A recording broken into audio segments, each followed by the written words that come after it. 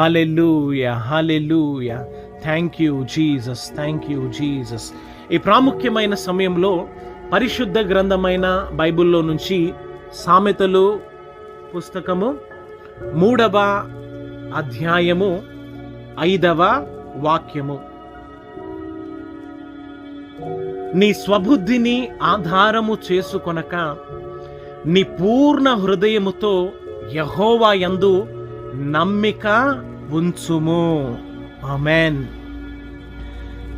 ఇక్కడ ఆత్మ స్వరూపి అయిన దేవుడు మనల్ని ప్రేమించి తన వాక్యము అనే ఒక ప్రత్యక్షత ద్వారా మనందరితో ప్రభువు మాట్లాడుతూ ఉన్నాడు.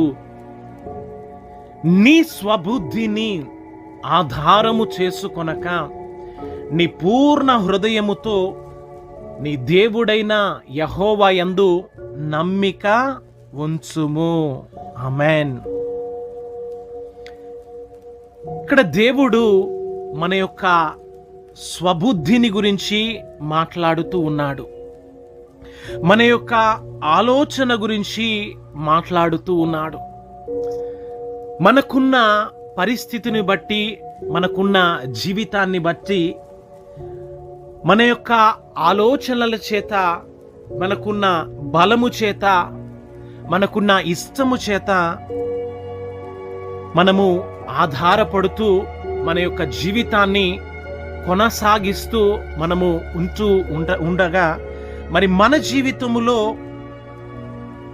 మరి మనకున్న సమస్యలను బట్టి, మనకున్న సమస్యలంతటిని బట్టి, మనం చేస్తున్న పనులన్నిటిని బట్టి అవి ముందుకు కొనసాగక ఎంతో కష్టతరముగా, మనము చేయలేని, మనము మోయలేని భారముగా, కఠినముగా మన జీవితము ఒకవేళ ఉంటూ ఉన్నదేమో. ఎందుచేత అంటే మనము మన యొక్క స్వబుద్ధిని, మన సొంత ఆలోచనను, మన యొక్క సొంత బలము చేత మనము ఒకవేళ ముందుకు వెళుతున్నామేమో, ప్రయత్నము చేస్తూ ఉన్నామేమో. అయితే ఈ రోజున దేవుడు మనల్ని ప్రేమించి ఆయన మనకు తెలియచేస్తూ ఉన్నాడు. నీ స్వబుద్ధిని నీవేమాత్రము ఆధారము చేసుకొనక, నీకున్న బలమును నీవు ఆధారము చేసుకొనక, నీ పూర్ణ హృదయముతో దేవుని యందు నమ్మిక ఉంచవలెను అని